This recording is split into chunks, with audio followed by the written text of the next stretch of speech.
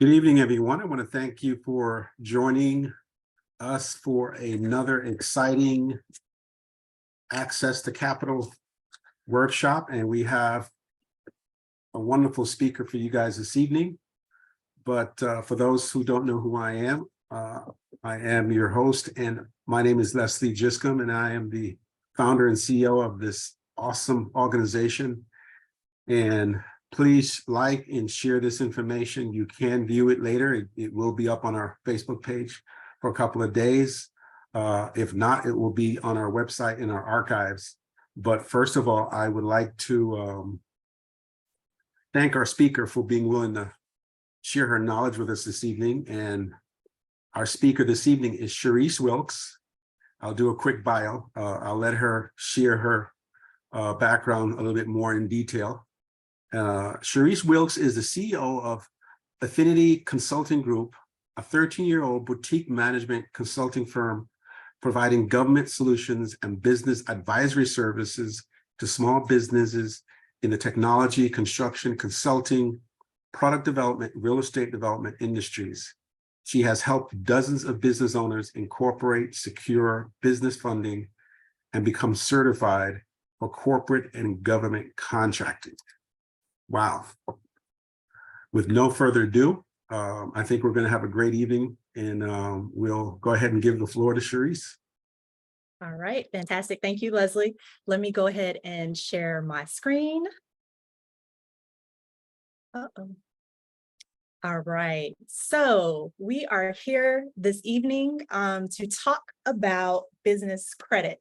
So again, my name is Cherise Wilkes. I am the CEO of Affinity Consulting Group, and we also have an educational academy called the Fund Finders. The Fund Finders is an educational academy where we are going to be training small businesses, governments, and eventually some nonprofits on how you can actually be able to secure additional funding. So I'll go through my bio in a second, but I wanted to let you know why you are seeing the Fund Finders on your screen and not Affinity Consulting Group. It is a service that is being offered and launched in September.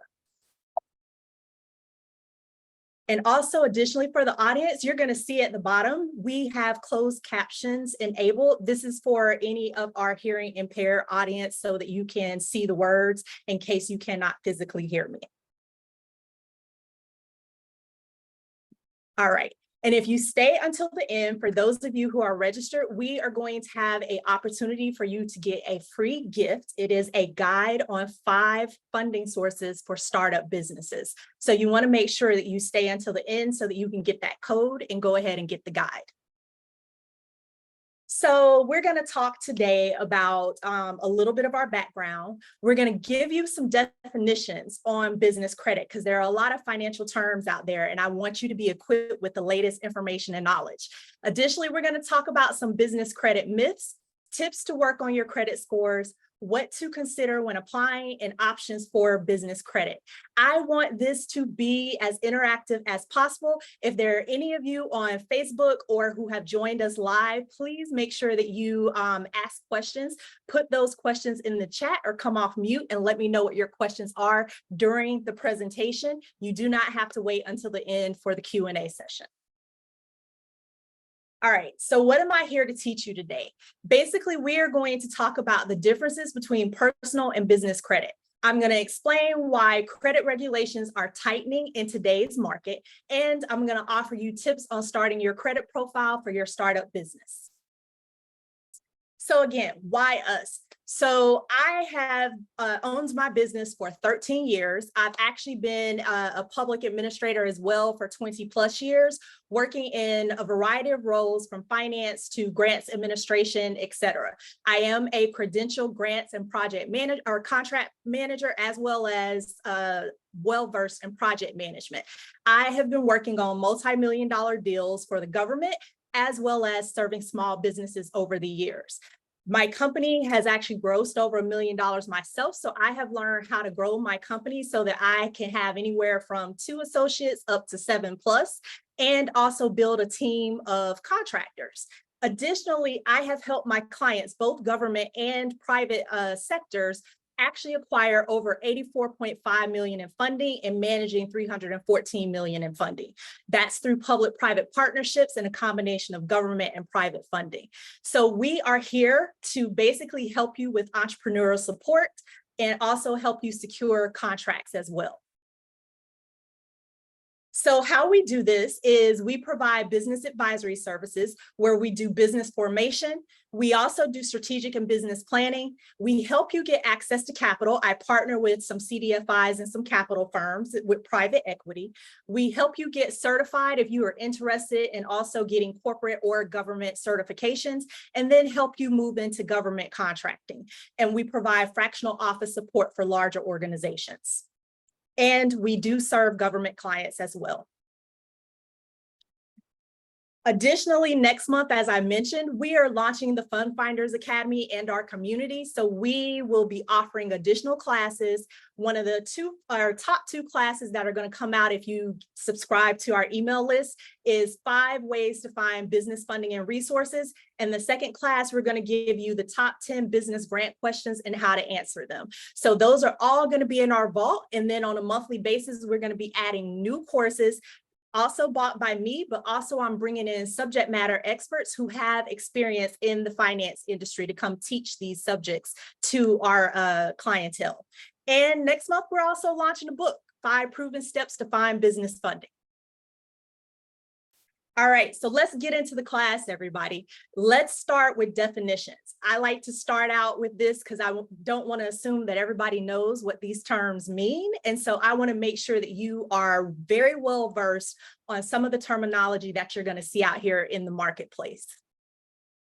So let's talk about what is personal credit. Personal credit is an individual's trustworthiness and paying back loans on time. This is marked by or scored by looking at FICO scores, which ranks your trustworthiness from a score of 300 to 850 based on your history of making payments. I know some of you have heard, hey, we need 3 FICO scores. Well, these images that are listed on this slide show that the FICO scores go from 300 to 600 for bad credit. It's 600 to 650 for poor. Fair is 650 to 700, good is 700 to 750, and then excellent is 750 to 850. In terms of banks looking at your credit worthiness or credit card companies on the personal side, they are going to take a look at how much money you owe. They want to make sure that your credit card balances are not over 30% of the total funding amount that they've given you. Additionally, they're looking at your payment history. That's 35% of your score. Are you late on payments? They want to make sure that you're not going to be late on your payments.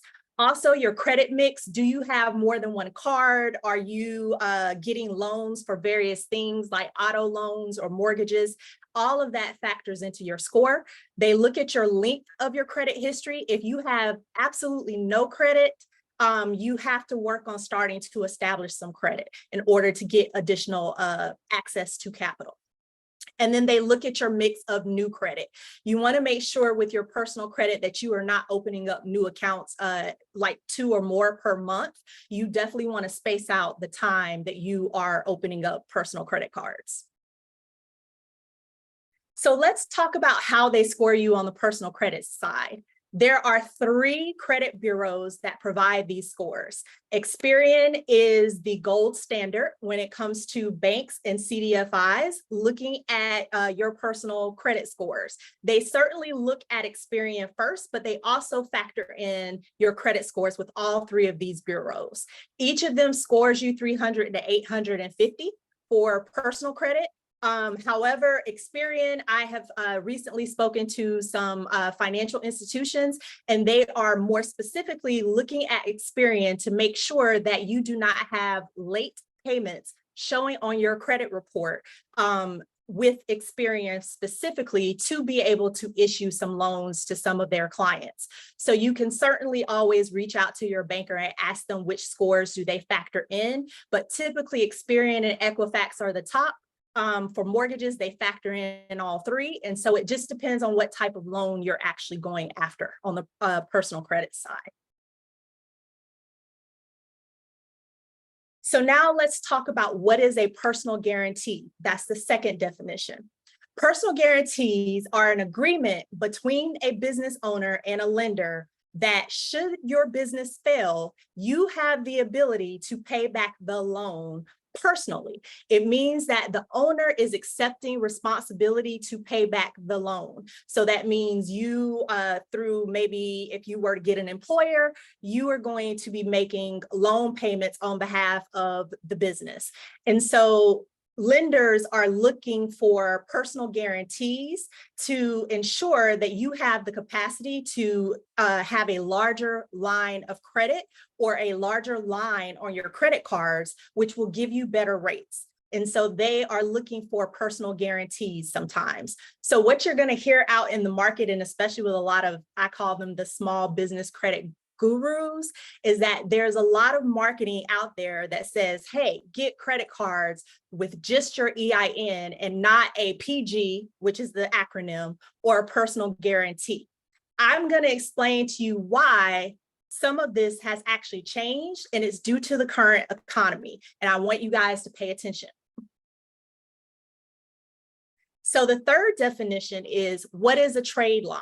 This is another term that's out there in the marketing space with credit gurus. They will tell you things like open up 10 plus trade lines in order to establish business credit.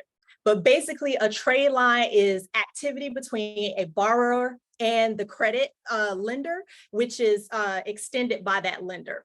So your activity can include amounts borrowed. They also pay attention to your on-time payments and your late payments and outstanding balances. And they also report that information to business credit bureaus. So when you open up trade lines, they're going to report that information to business credit bureaus as well. And we'll get into a little bit more about that shortly. And then the last definition is to talk about what is business credit. So this is the business's ability to borrow money based on your history and timely payments. Business credit cards are a line of credit that businesses receive from lenders and entities like banks to use for business purchases. It is completely separate than your personal credit cards. The amount you spend is paid back later, and it helps your business actually establish a business credit score. So you will hear two more terms, a corporate credit card and a small business credit card. Corporate credit cards are for larger corporations. That may be where you've got several, let's say 15 employees, and you want to give each of them a corporate credit card, and they can spend on that corporate credit card based on the limits that you set per month. The small business credit cards are designed for small businesses with less employees, and that credit, again, is established solely for your business. It is completely separate from your personal credit. So I'll pause right there. Leslie, do we have any comments or questions before I move on? No, you're fine. All right, so let's get into the business credit bureaus. I'm sure many of you are like, wait, there's also business credit bureaus. Absolutely. In fact, there are 4 of them. So the first one is Duns and Bradstreet's Paydex score. Duns and Bradstreet is a private company, and they actually give you what is called a Duns number. That is DUNS. You can call them and get a free Duns number. But additionally, what this company does is you are able to establish a credit profile on their site. You can report what your revenues are for your company, and you can even have vendors and contractors report that you have actually paid them monthly or on time based on how your contracts are set up. So Duns and Bradstreet has scores between 0 to 100. A higher score indicates that you have a great payment history and that you are credit worthy. A score of 80 plus is considered a good business credit score with Duns and Bradstreet. The second score that is calculated for businesses is the FICO small business scoring. That range goes from 0 to 300. This particular score is by FICO. You've heard me mention FICO on the personal credit side. Well, they also track you for your business credit. However, their score is primarily used by the U.S. Small Business Administration, and it assesses your risk of defaulting on loans. So if your business, or if you think that you may want to go for an SBA 7A loan or some other type of loan in the future, you want to make sure that you pay attention to what your FICO small business credit score might be. Ideally, the SBA likes to see a score between 140 and 160, preferably 160 and above. That's kind of like the mid-range of that score. And so they actually, when they're reporting on your score, they've created an algorithm where they are factoring in your personal credit and your business credit for their loans. And so they come up with this index of 0 to 300, and they assign you a score for that. The third business credit bureau is Experian IntelliScore Plus. They also have a range of 0 to 100. Now, again, the higher your score is, it represents a lower risk that your business is going to fail or default on paying back that loan. 70 plus is considered a good score for them. So as you can see, it is slightly lower than what Duns and Bradstreet offers. And then the next bureau is Equifax's business credit. So you see Experian and Equifax and FICO, the same three companies that are monitoring your personal scores also monitor your business scores. So with Equifax, their range for their scores is 101 to 992. Why it's different, I have not been able to find an answer to that, but they have a slightly different score.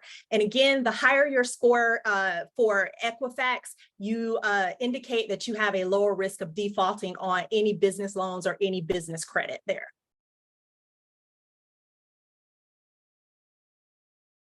All right, so let's get into what are some myths and what is the truth around business credit.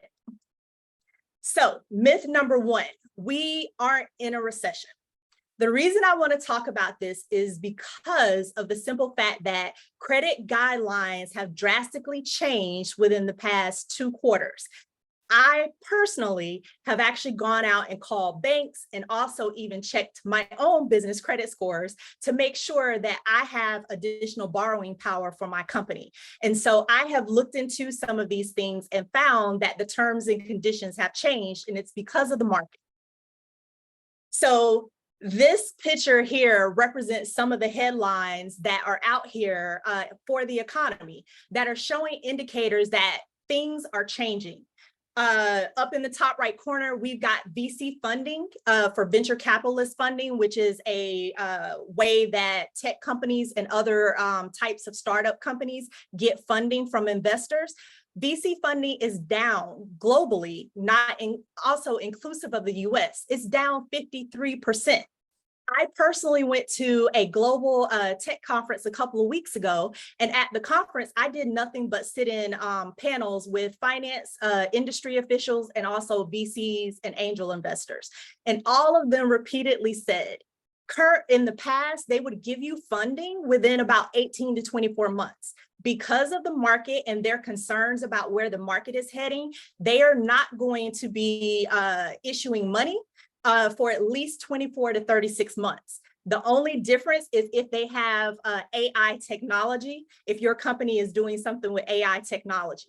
The reason that's important is because AI is hot right now, and that's where they are lending more money in that time, in less of that time frame. So that's the only way you can get a lot more money immediately.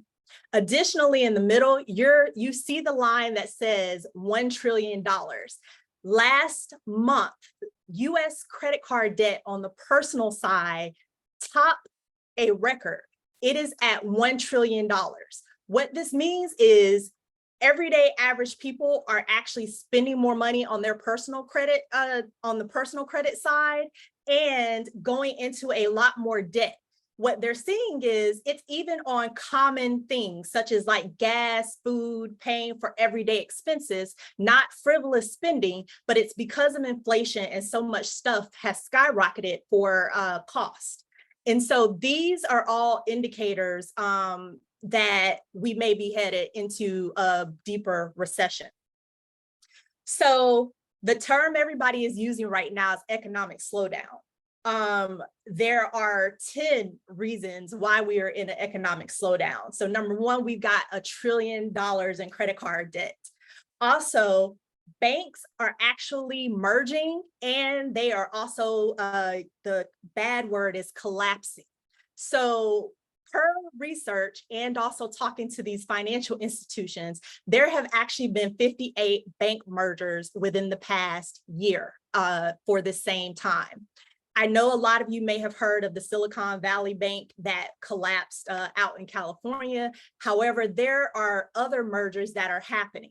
So what you may see in your own communities is that one day you've got a bank there and the next day it's going to change its name. And that's because it's being bought up by other banks. So bank mergers aren't there necessarily to scare you. However, they are indicators, that something is happening in the economy. Additionally, in some communities, there are slowdowns in residential and commercial building. I know for a fact, I have several friends who have been able, due to COVID and other stuff, work remotely. Their employers are now calling them into the office at least 2 to 3 days per week. But that is also because in a lot of communities, downtown environments are crashing. A lot of people are not back in the office. People are defaulting on leases or terminating their leases completely for commercial buildings.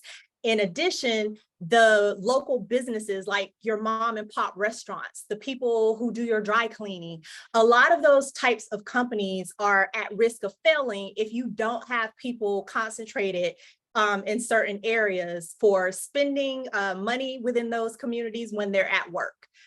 Also, building things. The construction industry has slowed tremendously, but that's due to a lot of factors: lack of workforce, in addition to skyrocketing costs to build things.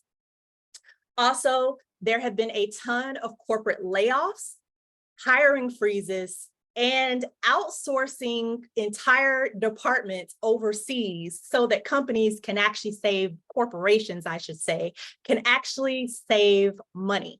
I have, again, a few friends who are in the corporate sector, and they are looking to make transitions, or they have been laid off, or they didn't get bonuses this year. So there are a lot of different indicators for them that things are changing within their corporations.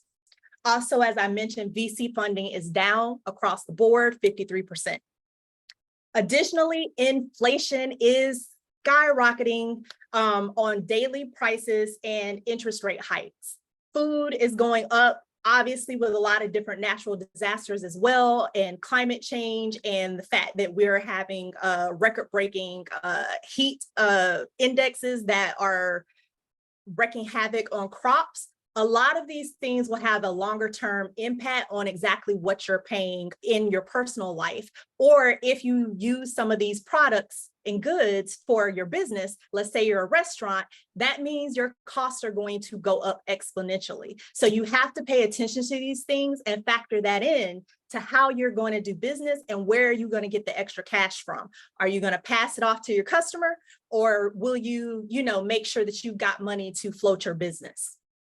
Also, my colleagues in the public sector have already mentioned that there are slowdowns in government contracting. So whereas projects may have been slated to start this summer, they are now pushing them out, the project start date, until a new fiscal year starts, which could happen in October or January.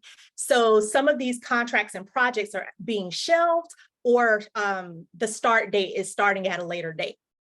Also, the federal government keeps raising our debt ceiling. We know that that's always the case. However, we have topped $31.4 trillion. That is a lot of money, which means that we are overspending and not recouping money back into the federal government. Additionally, the feds have propped up the economy as well. We have had $5 trillion actually pumped into the economy since the pandemic. And that has been in the place of stimulus funding and rescue plans since 2020. And also our gross domestic product data shows a rocky recovery. This year, it's been slightly up, only by 2%, but it's not up to historic values. So all of these things simply means this: higher interest rates, less ability to borrow, also be expecting that, let's say if you do contracting and other things like that, you may have a longer wait time between project start dates or being paid. So if you've got staff, other things that you need to take care of for your operations, you need to make sure that you've got additional capital and access to credit so that you can float the company or be able to pay your bills in the meantime until you are paid. So that's as simplistic as I can make it, in terms of some of the impacts for the economy. So what's myth number 2? In 2023, I can get business credit without personal credit. So yes, there was a time when you can get a lot more business credit by just using your EIN number. Again, times are changing. So what is happening if you actually apply for business credit, credit cards, or anything like that online? When you read the fine print in the terms and conditions, or you pick up the phone and you call them, and I'm recommending you guys do that, you will find, if you ask the right questions, that funders have changed their terms in their agreements for payback. Funders want personal guarantees to ensure payback. So guess what that means? They are going to run your personal credit score even for a business credit card. They will take down your EIN number, but that does not necessarily mean that they are running your EIN number to establish your credit. You actually should read the fine print and or pick up the phone and ask them which one they're going to do. Again, the few places that I have called, they are all now running the owners. Even if it's partners, they're running your personal Social Security numbers to establish that personal guarantee. So the funders are going to require your Social Security number for your business credit cards. Some of the other things that I found, I did find 2 corporate cards and 2 business credit cards, which I will show you in a bit, who are still currently running EINs versus your Social Security number. However, that is a drastic drop compared to what was available even a year ago. Also, I am recommending that as small business owners and startups, that you think about what you may need a year, 2 years, 3 years, or even 5 years down the road for credit. Do not wait until you need money in less than 6 months to start establishing your credit. You actually want to start on that now and start dealing with your personal credit and establishing business credit to make sure that you've got access to credit when you most need it.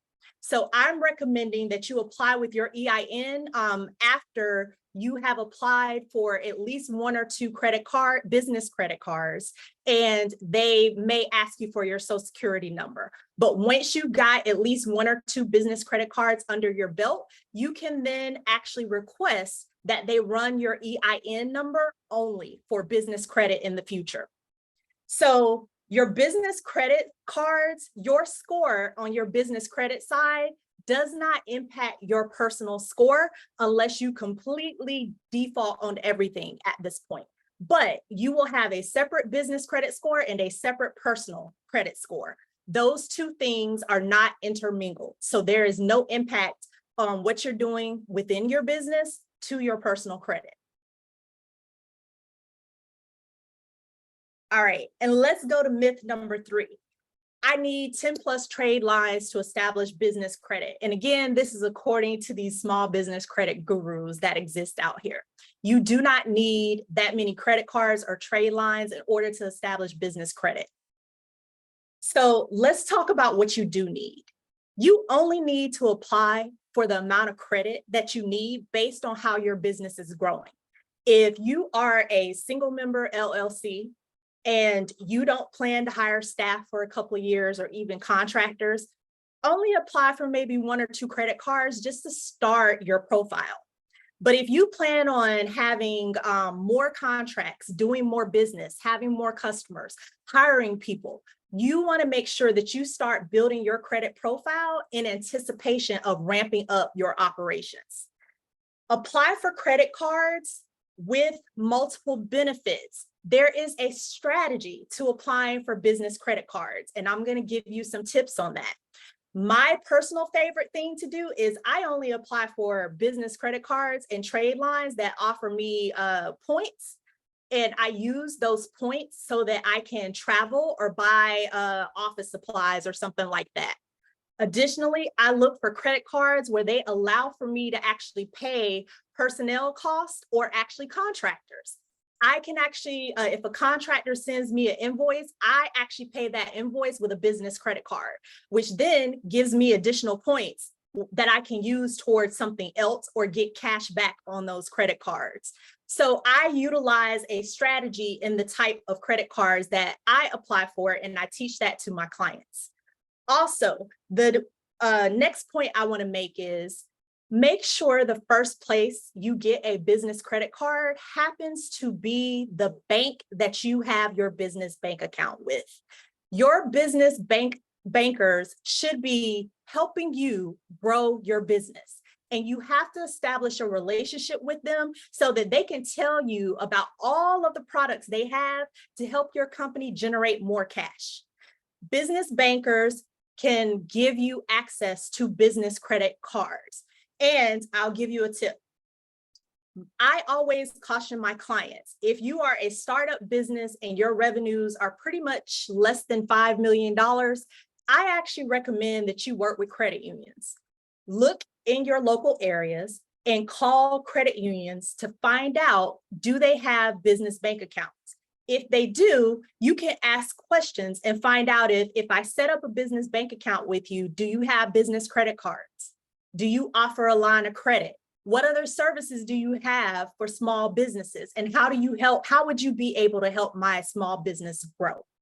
I have found hands down in giving this advice to clients that they have found greater success, and especially in this tightening market with credit unions, than they have with large banks like Wells Fargo, Chase, the usual suspects.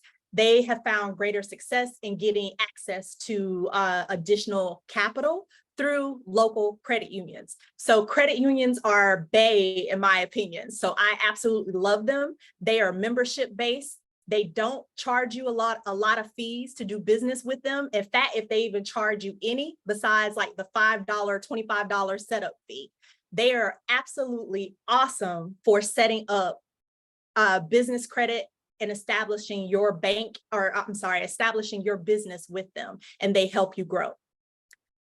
On the opposite end of this, the things that you should not do in terms of establishing all of these trade lines, I want to caution, you can only set up a Duns and Bradstreet credit score through Duns and Bradstreet. So that does not require you to have a trade line. So you have to develop a strategy to actually set up your score with Duns and Bradstreet. Additionally, all business credit cards that you may think about applying for may not report to those bureaus. You actually need to pick up the phone and ask them, or use the chat box on their website and ask them, do you report my payments to any of the business credit bureaus? All of them are not equal. Additionally, you don't need to set up 10 plus trade lines to get started. That is a recipe for failure. Businesses who set up all these credit accounts and then you try to spend money on each of those credit cards, you need to make sure you have the ability to pay that money back. So all of that is not necessary, especially if you are a startup business. Start out with 2 to 3 to establish your business credit score and grow from there. I make it a point at least once a year to apply for a brand new credit card or line of credit. When I've got more, let's say, government contracts, I might ramp up my efforts and apply for like 2 to 3, but I apply 1 per quarter. I don't do it all in the same month. So those are some of the tactics that I use when I apply for business credit and credit cards to establish and keep my accounts growing. I also call my existing credit cards and I ask them for limit increases. So that is another tactic that you can use once you have business credit established. So Leslie, I'll pause right there. Do we have any comments or questions before moving on? Yes, All right. great. And listening to you is almost like listening to MSNBC or Fox Finance or the Bloomberg, because you just went over a whole bunch of economic report, which was great. And but I think you're going to get to it. And I love some of the things that you're saying. But I know that at the end of the day, there is a way to be able to hedge, as we call it, against this recession that some may think it's a myth. Am I correct? A lot of people think that it's a myth. We're not in the midst of the thick of it yet. That, depending upon who you talk to, it's supposed to get worse 24, 25. Correct. Mhm. So yeah, so definitely I look forward to hearing some of your suggestions or your comments regarding ways to be able to hedge what's coming. So that's interesting. Thank you. Okay, I'll definitely try to answer that at the end of the presentation. Did we Of have any other course. questions? Yeah. Oh no. Time We up? don't have any. We don't have any questions. We have folks that are on. But Okay. like I said, folk, you know how these guests are. They just are here for the information, and we have to pull teeth just to get them to ask a question. Not knowing Understood. that there's no dumb questions, guys. So Absolutely. feel Ask free. anything you want to ask. Absolutely, feel free to put your questions in the chat, and we will go over them. So this is your opportunity to get some questions answered that you've always had. All right. All right. So let's talk about basically what you should consider when you're getting business credit. When you are evaluating applying for a business credit card, you first want to look at interest rates. The interest rates are tied to your personal credit score and or your business credit score. So the old saying, you get higher interest rates if your credit score is poor or in fair condition. That is absolutely true because your profile looks riskier. So you're going to end up paying higher interest rate costs on credit cards if your score is bad. So it's obviously a good tip to make sure that you are keeping excellent scores so that you can get better rates. Better rates means that you are paying less interest. So right now, the minimum credit card rate is 11.9%. It is in the double digits.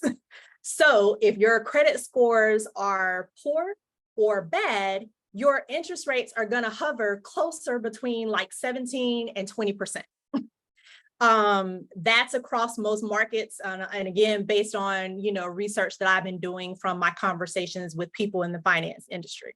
So having good credit, a good payment history, all of those things matter. So the second thing you want to pay attention to with business credit is look at the annual fees that are being charged on those business credit cards. I can tell you, bank credit cards, they usually waive fees, especially if you go to a credit union. If you get a business credit card through your credit union, they will usually have a 0 annual fee. That is a separate fee that they are charging for you to basically have money on that card. That's as simple as I can put it. Now, on the other hand, if you were to go after a business credit card like a American Express Platinum, that card is one of the more expensive business credit cards out there where they have a hefty annual fee of $450. It is charged back to the card at the same time every single year. And there's no way for you to offset that fee. It is just extra money coming out that you have to repay for basically having access to that business credit. So those are things that you also want to pay attention to when you are evaluating which business credit cards to pursue. As I mentioned earlier, look at how those business credit cards can pay you back in some form, way, shape, or fashion. A lot of cards give you cash back. They can give you merchant discounts, or you can use points towards other things. So I will speak for myself. The business credit cards that I have strategically gone after are travel credit cards. I have a Southwest card. I will likely be applying for a Delta card because lately for conferences and other business that I am doing with clients, I have been traveling either to them or to go someplace, and I can get points or use those points for like a free flight, things like that, that help offset the cost to my business. So I strategically look for credit card opportunities like that. I also have hotel credit cards. I choose two hotels as the ones that I am always going to stay in. Those happen to be Marriott and Hilton. I make sure that I have a card with them. Additionally, like I do have an Amex card. My Amex card allows me for points on Amazon. I use my Amazon business account to actually buy office supplies. I don't go into Office Depot or Office Max or some of the other places. I buy my office supplies through Amazon, but I am able to literally pay nothing because I have points from these business credit cards. So my office supplies end up, I've paid someplace else on a different line item in my budget, but I am able to get those office supplies for free. So those are strategies that I use with my own business credit that allow me to get additional discounts. I know Amex, they give me a discount for like using Adobe for me to make PDFs and things for my business. So I get a discount. I also get a discount on my cell phone service. So these are some of the incentives that certain business credit cards can help make sure that your business is growing. And then the last thing, as I repeated earlier, make sure that you understand whether or not your business credit cards are actually reporting your payments to the business credit bureaus. You can actually call them before you press submit on their online application, and you can ask these questions ahead of time. In fact, I recommend that you do that. Get a customer service representative on the phone and start asking them those questions to determine if that card is actually going to, report to those business credit bureaus. You don't want to get cards that are not, or trade lines that are not going to report to the business credit bureaus. So that's highly important. I do want to caution that if you start out with a bank or a credit union business credit card, typically the banks and the credit unions do not report to the bureaus. However, you should still get a card from them because it gives you access to capital that you can leave sitting there, even if you don't need to use it right now. So I definitely highly recommend that, again, you start establishing those profiles and have money available to use as you need it. You don't have to use it. You don't have to spend money on it, but it's better for you to have it than need it 12 months down the road. And so let's take a look at some of the credit cards that I would recommend. On the left side, there are a couple of credit cards that work for people who have limited business credit histories. They typically have interest rates that are higher, or they're going to ask you for a deposit up front. So that's cash coming out of your business, at least to the tune of $250 for a deposit from what I read. So I looked at their terms and conditions and read through those before making these recommendations. There is a company called NAV. NAV, actually, I'll talk about them in a second. They can actually help you monitor your business credit scores, but they have come up with a corporate credit card. So they have partnered with a financial institution, and they are offering a corporate credit card where they are only looking at the EIN number for your business. They will report any of those transactions that you charge that card to all of the business credit bureaus. Another one, if your company uses Stripe for payment processing, Stripe is similar to like a Cash App, PayPal, some of those names that are out there. Stripe actually will offer a corporate card as well, and they will report your business payments to all of the business credit bureaus. Additionally, Capital One is a great company to get a business credit card. Their credit cards are called the Spark Business Credit Cards. There's another company called Mission Lane. They have a business credit card as well, where if you've got fair or poor credit, they will certainly provide you with some sort of a credit limit for your business. And then, of course, if you are in good shape, you've got great personal and or some business credit already established, highly recommend American Express. I actually put their entry-level business card there, which is the Business Plus card. It is blue. That is good for people with good credit. You can get access to the Amex cards by using that card first. And then you can always scale up and go to a gold card or a platinum card as you see fit and as your company grows. Back to Capital One, they've got different levels of Spark business credit cards. Awesome company to establish your initial business credit profile with. As I mentioned, if you think that you're going to be traveling with your company for clients or conferences, always apply for travel credit card, business credit cards. This one is an example of a Delta SkyMiles travel card for your business. And then in the bottom corner, there is an example of Navy Federal. Navy Federal is an awesome credit union. It is national. They offer a Go Biz Rewards credit card if you fill out the application and ask for it. You basically, all you need to do is establish a business bank account and they can offer you that card. But again, always ask the local banks within your area and the credit unions what they have to offer.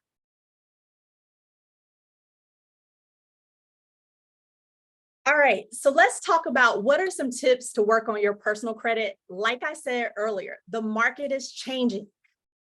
Funders, lenders, they want personal guarantees. So it is important that you, as much as possible, you try to work on your personal credit right now. Make sure you are checking your personal credit reports at least once to twice a year, or getting credit alerts sent to you. Oftentimes, banks will also let you know what your credit scores are for free. You can get an annual report from annualcreditreport.com. It does not cost you anything, so you can get your annual personal credit report from there. Please, point number 2, make sure you do not have any late payments showing on your credit report.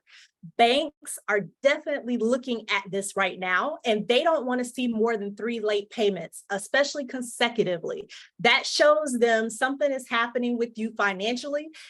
Maybe, you know, it's going to basically cause concern for bank underwriters. They want to make sure that you haven't been laid off, something's not happening, you know, or you're borrowing too much money, more than what you can actually pay back. So those late payments actually matter.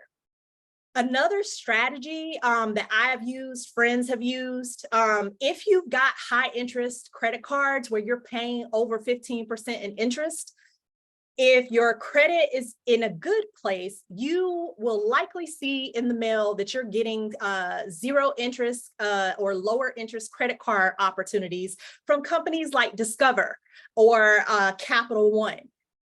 Go ahead and do those balance transfers and pay off the balance of a high interest credit card to one of those opportunities. You want to make sure that you give yourself at least 12 to 24 months of 0 interest or a lower interest rate to be able to make payments, and you're not paying astronomical interest rate fees every month so that it makes it feel like you didn't even make a payment for the month. Also, contact your credit unions and your banks. Ask them, do they have any personal loan options that can help you consolidate credit card debt? Typically, personal loans have a lower interest rate than any of the credit cards on the market. So that is another strategy that you can use to actually lower your debt and the amount of interest that you're paying on it. Additionally, dispute any incorrect late payments. I also want to caution, you don't need credit repair companies for this. In the age of what I like to call Beyonce's internet, there's enough information out there to teach you actually how to dispute late payments and incorrect information on your credit report. So make sure that you use those opportunities and get things that are in error. Take that stuff off of your report. It's only going to increase your credit score if you do that. Also, if you've got medical debt or student loan debt, as everybody knows, student loans are set to resume payment next month. They are not doing any other extensions, so those student loan payments are going to come due. Make sure that you do not default on those student loans or on your medical debt. It is better for you to contact the companies and the providers and ask them for a payment plan. Even if you can only afford to pay $10 for the month, you can tell them I can only pay $10 for the month. But it is better for you to pay something than nothing at all and have that show up on your credit report. Student loans, just FYI, are even impacting people's ability to get into mortgages on your personal credit side. So you want to make sure that you're addressing all of these potential financial pitfalls by paying attention to your personal credit. So now let's talk about some tips to work on your business credit. Number one, if you don't have a DUNS number already, make sure you go to Duns and Bradstreet and I believe there's a 1-800 number. Make sure you call them to get a DUNS number and set up a profile on that website. Additionally, you can go ahead and check to see if you even have any business credit established, or if you know you don't. These are the 3 websites to check your business credit moving forward. Duns and Bradstreet Credit Signal. Unfortunately, it's only a free service for 14 days, so you don't necessarily need to check it all the time, but at least maybe once a year, register, check your business credit score with them, and then, don't pay for the extension. NAV is another platform that allows you to check your Duns and Bradstreet, your Experian, your Equifax, and your FICO SBSS score. So NAV is free for the top 3 credit bureaus, but in order to get your FICO score, they're actually going to ask you to pay for it. So again, you can pay for these things when you have the money to do it, or you can just get your free business credit scores. And then Tilful is a mobile app that is free. You can monitor your business credit scores with that. As I mentioned, separate your business credit from personal credit. Do not charge business expenses on your personal credit cards. You want to get a business credit card and pay for business expenses on your credit card. And then you can also play the same use the same tactics. If you have high credit interest rates on one business credit card, you can also do balance transfers to a lower interest credit card on the business side. So I'm going to pause because I see a hand is raised. Go ahead, Leslie. All right, we have 2 questions, Sharice. Sure. The first one is, just to give your take on that, is I'm a nurse looking to start a business. What documents would I need? To start your business, you actually need to get incorporated in the state where you are going to basically headquarter your business. So if it's a limited liability corporation, if that's the type of entity that you want to start, you will register with your state division of corporations. You're going to pay a fee. Some states actually give you articles of organization, which is the document that says you started the business on this date.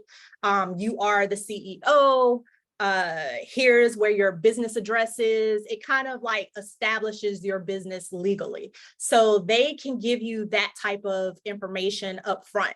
Also, as I mentioned early on during the presentation, our company can help with those incorporation services. So you can certainly reach out to me. And we actually incorporate businesses nationally across the US. We partner with a firm to help us do that. And so I can definitely let you know what your state fees are going to be. Additionally, let me move into the financial sector a little bit. Some of the other things that you definitely need to do for your business is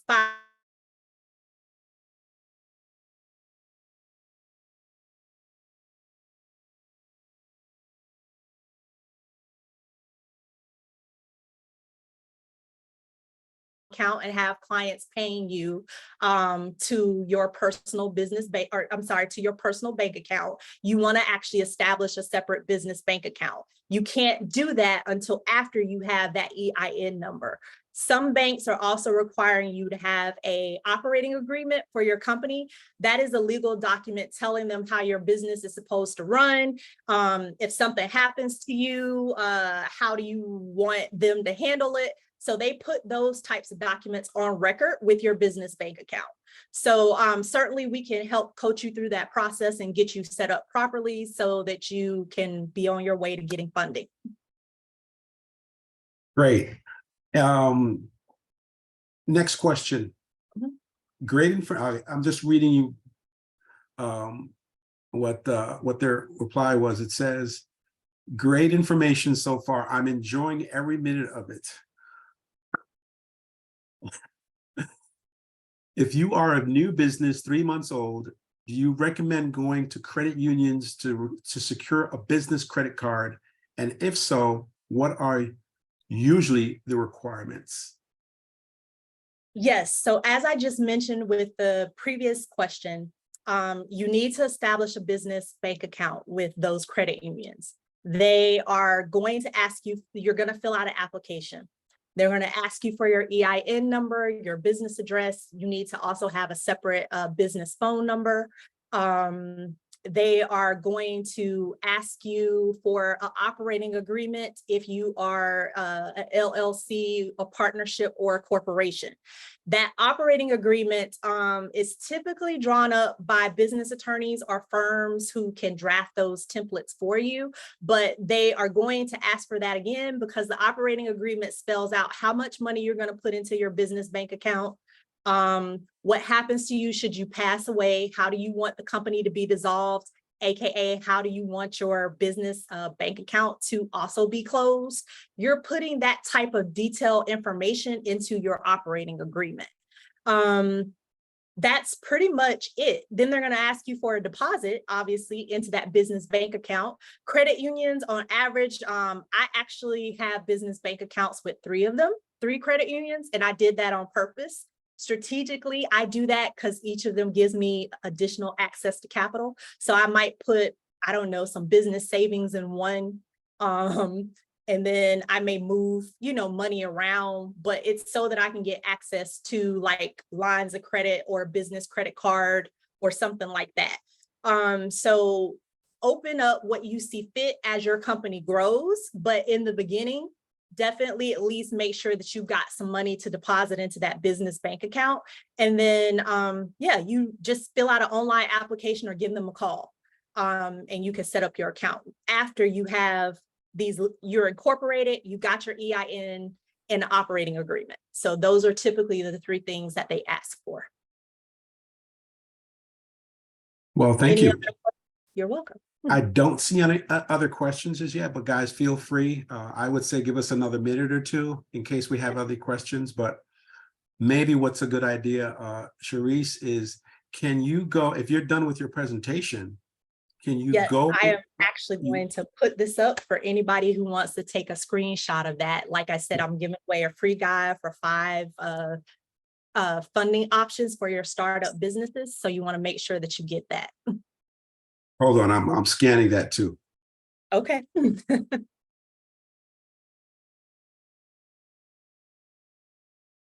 This was great.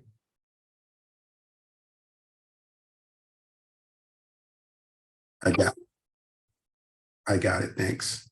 Awesome. Yeah, Suri, so let's go into, you can leave that up. Sure. Leave it up for a couple of minutes while we talk. Go into some of the things that we can do, some of the things that our listeners can do to as we, as I mentioned before, to hedge and to prepare for times that may be uncertain when it comes to economics and some of the financial everyday run-of-the-mill things that we have to deal with, which is, like you mentioned, interest rates on credit cards, how to deal with them, which ones to pay off first, as we work our way through I would say limiting our debt, knowing that how high the interest rates are right now.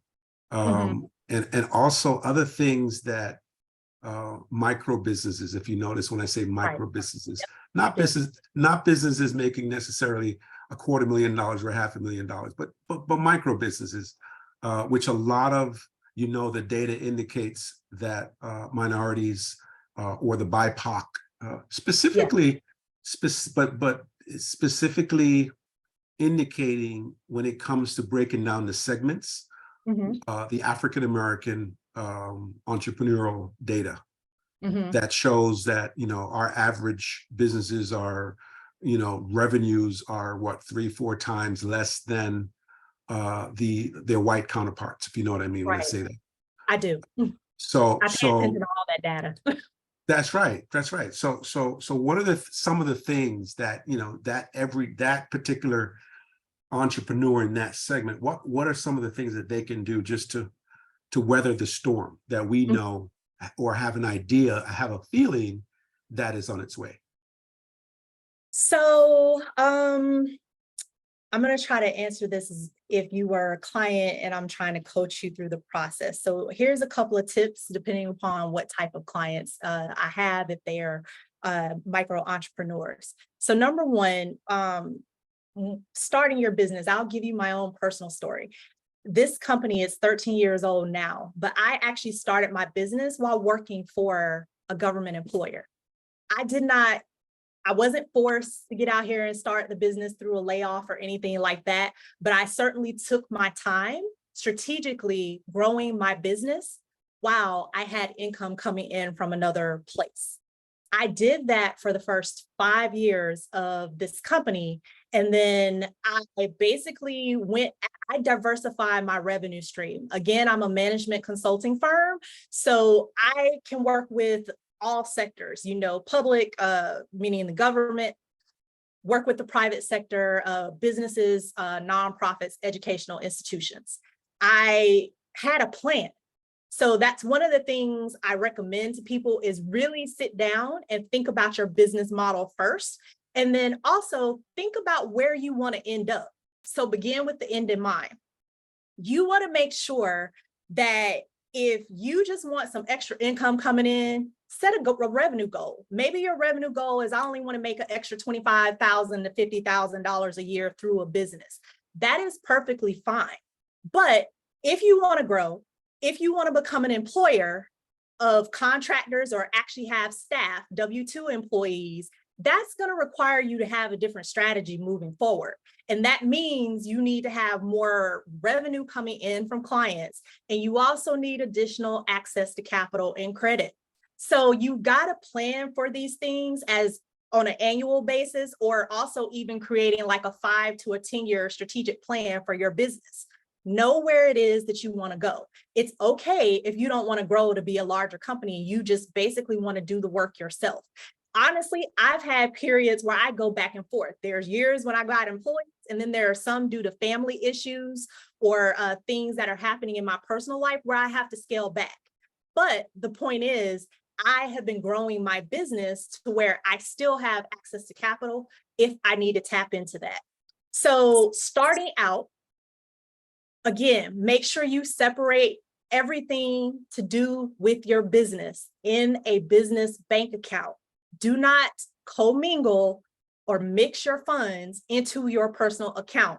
Clients should be paying you in a business bank account. You can leave that cash to sit there. You can actually pay yourself from that business bank account by doing a transfer over to your personal account. But by all means, make sure you set up a business bank account. Again, my recommendation is to do that with a credit union because they only require you to set up a business bank account with $5 to $25. They don't have a bunch of fees on checking and savings accounts. Oftentimes, let's say sometimes you might overdraw on your account. You can actually call them and they're more willing to waive your fees. Like credit unions just simply work with micro entrepreneurs on a completely different level than dealing with these larger banks. While I love those larger banks, they have their role and their purpose in serving and helping certain types of businesses. So I certainly recommend doing that. Obviously, if you're setting up your business, you want to make sure that you have some sort of tracking mechanism for the money that is coming into your account. You're going to have to file business taxes. That is another big impact to you being able to get access to capital. You can't just take in cash from clients and actually not pay taxes on the money that you're getting. You wouldn't do that with the money you're getting from an employer. So businesses also have to pay taxes. Yes, during your first couple of years, you're actually probably going to be operating in a loss, but you don't want to keep operating at a loss every single year. It shows creditors and other people that your business is in a position to grow and that they can give you money when you're showing that you have excess money to actually pay taxes. So I do want to, I'm breaking that down as simple as I can, but some of these things are things that y'all have to think about. And it's one of the things that hinders people of color and BIPOC individuals from getting access to capital by not doing this stuff. So file your business taxes every year and your personal taxes, even if you didn't make any money. Find an accountant, a CPA, or a bookkeeper. I also tell people you need 4 advisors on your team. You need an attorney at some point, a bookkeeper, accountant, CPA. You need a business coach at some point, and then you need your banker because you want to establish relationships with them so that they can help you figure out ways to get more money and grow your business. So those are a couple of tips I have. Did I answer your question, Leslie? Oh man, you knocked it out the park. Okay. Oh yeah, you definitely knocked it out the park. And you know what you said was interesting. What you said, because your personal experience spoke to some of the key elements, and that was leveraging your plan. So having a plan, as you mentioned, is important because you know the sayings: if you don't have a plan, you're planning to fail. You know what Absolutely. I mean? So that's important there. But to be able to leverage your plan, which you did so eloquently by developing your business while you were still working. This is, to me, this is where a lot of us make the mistake of putting unnecessary strain on a startup because we're not able to financially, I would say we are undercapitalizing the business in the first place. So a lot of our business are undercapitalized. You know that. That's what the data says, which has a lot to do with us not having access to capital to properly financing our businesses. So for us, that was a smart way, as you mentioned, that was leveraging your plan by starting that business while you were working in corporate America. Does that make sense? It does. I tell everyone my employer was my first investor. There you So go. I basically I used a personal loan and transferred into my business bank account to start funding things like your annual fees that you owe the state, to get a website developed, to do all of these like minimal things that you need in the first year or two.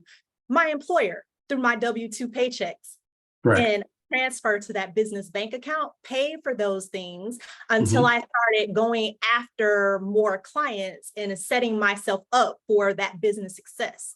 And then I got very clear about what type of clients I want to serve. So, that came from having the plan. So for me, I have always gone after contracts in addition to individual clients. And so that is a part of my business model. And I am always looking for opportunities to diversify the revenue that is coming into my company. Yeah, very, very, very important. The other thing too, I noticed that you indicated as well, and that was sticking to your plan, obviously. But the other thing that I thought about was, especially now, don't panic. Right. Absolutely. We have a way of panicking and getting off course and not sticking to our plan. Yes, stick to your plan. Again, I was at least taught, at least for my family members who were they were public administrators and then had a business on the side. they did the same. I was able to learn from them. But even if you Mhm. don't have that history or that background of seeing other people run businesses, you can get this information like today, from this organization. There's lots of ways for you to learn and study how to grow your business, and then ask questions. You got to Mhm. also get out, network, talk to other business owners, get in groups, ask the questions, and ask people to tell you how they're doing it so that you can learn from others' mistakes. And also, again, starting out my business, I started setting it up so that I would be prepared to get access to capital. I kept my personal credit score in the 700 or 800s at all times. I paid things off or paid them down on the personal side because I knew when I started the business, it was right after the economic crash or the recession of 08 through 010. So my Right. business was That's right. in 2010. That's I right. knew then the market conditions and the interest rates were not good. So I kept that personal score at a good rate so that I could then get access to business credit cards immediately. So I started building my credit profile. I got contracts. I saved all that money. I filed my taxes. And then lo and behold, by year 5, when in my plan, I decided that I wanted to jump out full time instead of part time. So by the time I jumped out full time, I was able to get access to loans and other things so that I could actually have staff and grow the business. And so it was a plan all Right. along, That's and right. I feeded it and I applied for things based on my strategy. Absolutely. That sounds like a member of ours that I actually had an appointment with, and I've been working with her, and she was so excited on the phone. She says, "I'm excited because I have this plan. I'm going to be retired in 5 years. I got my credit," and then she just said this to me. She goes, "I got my credit in order. I have a business plan we're putting together." And she wants to completely have an addition to a building that she has right now. But it goes back to what you just said. She's not thinking about doing this in 6 months. She's thinking about doing this in 2 years when she retires. But what is she doing now? She's preparing now. Yeah, So those, ideal clients right there, you're planning your exit. So correct. just with your business, you need to plan your exit in your business. As Mhm. much as I love my people, we often think, oh, my kids are going to take over my business. No, they're not. The Not, fact, not the really. facts are that even it doesn't matter what race you are, Right. children typically are not taking over generational businesses. So the likelihood that you either need to dissolve your company, you sell it, um, or, God forbid, when it's time for you to transition, the business closes at that point. These are things that you have to think about from the beginning. And it is a Correct. part of your business planning. At least at minimum, make sure that you have a business model set up, even if you don't completely write out the full business plan. But I Mhm. am an advocate of go ahead and get the business plan done, Correct. because you need to be thinking about all of this stuff and how you want to run your business, not today, not in 6 months, not in 12 months, longer term, past the recession, That's right. when the That's right. economy is doing a lot better. What do you want to be doing? When do you actually want to retire? The other thing I want to caution people too, especially for us, we don't have to actually start brand new businesses. No. You can buy a business Correct. ahead, instead of starting a brand new business. That's Mhm. something that I don't see us tapping into.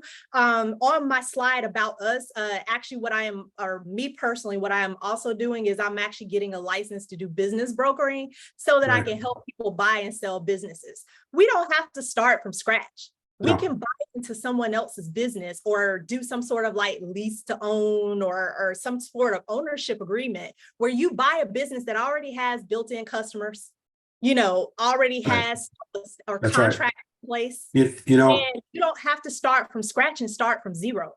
no, but what you're saying is has a lot to do with I call it the business education. Yes. And what you're talking about is something that we have workshops on Matter of fact, the director for the entrepreneurs program at University of Florida, he did our entire month of January's access to capital workshops, and one of his topics was opportunity recognition. Yes. So how to recognize an opportunity. And then on top of that, you just said it. You don't, sometimes it's not, you don't have to reinvent the wheel, but sometimes you can start a very good business in improving the wheel that already exists. Does that make sense? Yeah. You know, one of my previous business coaches, she did mindset and business coaching with me, and she had that business, but family dynamics changed for her. She went out and bought a 40-year-old insurance company and is making quite a bit of money with that particular company, because it was already cash flow positive and was generating revenues. And she also got to keep the staff that were associated with it. So she, again, had one business, saved up her profits from that, or set herself up so she could go get a business loan. And she went out and bought a more profitable business. Correct. So there's different ways to absolutely get to that goal. Absolutely. And, you know, that's exactly what our community needs to know. Yeah. Is that there's a lot of other ways of going about becoming an entrepreneur, going into areas and certain businesses that are less risky. You just, you know, what do? We have to, first of all, I tell people all the time, entrepreneurs are problem solvers. We're like doctors. So we solve problems, but the unique thing about how we solve the problems is we try to also at the same time create ways of monetizing how we solve that problem. Does that make sense? Absolutely. So no, thank you. I know we went over extra time, but this is great. I always enjoy when we have questions and we have are able to just communicate and dialogue and just share. But I think it's very important.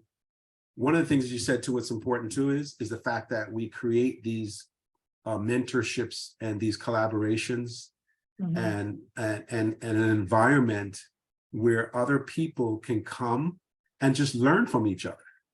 You know, that was one of the areas that a study was done why Black businesses had such a high attrition rate. And one of them, and three of them were low quality networking. Yes. And you mentioned it. Saying your net worth is in your network. I always say that. That's right. So that is absolutely true. That's right. We have to get out of our comfort zones, and we got to start talking to people. And some of them may not be our same gender, race, whatever. No. You need to figure out how to just talk to different the customers and solve their problems. And leave your immediate area, travel, go to conferences, go to professional networking events. That's correct. Join chambers, join masterminds. There's so many different ways to do things. That's right. That's right. And that's why, you know, that's one of the reasons why I enjoy these workshops, because I'm always the dumb guy in the room. I'm always learning from my presenters. Oh, that's a good thing. My presenters know. You're not the teacher all the time. No, I don't like to be the teacher. I like to be the learner. So this was great. Thank you so much, Cherise. Put your information back on the screen just in case anyone wants to get a hold of you, please. Sure. Let me put that back there. So is that showing up with the PowerPoint? Yes, it is. It is. So they can scan that. And scan that, get a free guide. You're going to end up on our email list from there. So you're going to start receiving some emails about things coming out or more workshops. Additionally, you in the bottom right corner, you can find me on the social media channels so that you can follow me. I am spending more time over on LinkedIn these days. So I would say definitely connect with me on LinkedIn. Awesome. The other ones, it might take me a while to answer you. Even if you inbox me on Facebook, it might take me a couple of days just because, like I said, my social media network is over on LinkedIn. So Awesome. I would say connect with me there. Well, thank you so much. And thank all those that joined and those that will be viewing this later. I hope the content was great and you guys would have learned something from it. And we'll see you. I guess I'll see you pretty soon, right? Yeah, Friday, actually. That's right. All right, Yep. great. All Have a right. good night, everyone. Thank All you. right. See you guys Thank next you. week, Tuesday. God bless. Bye.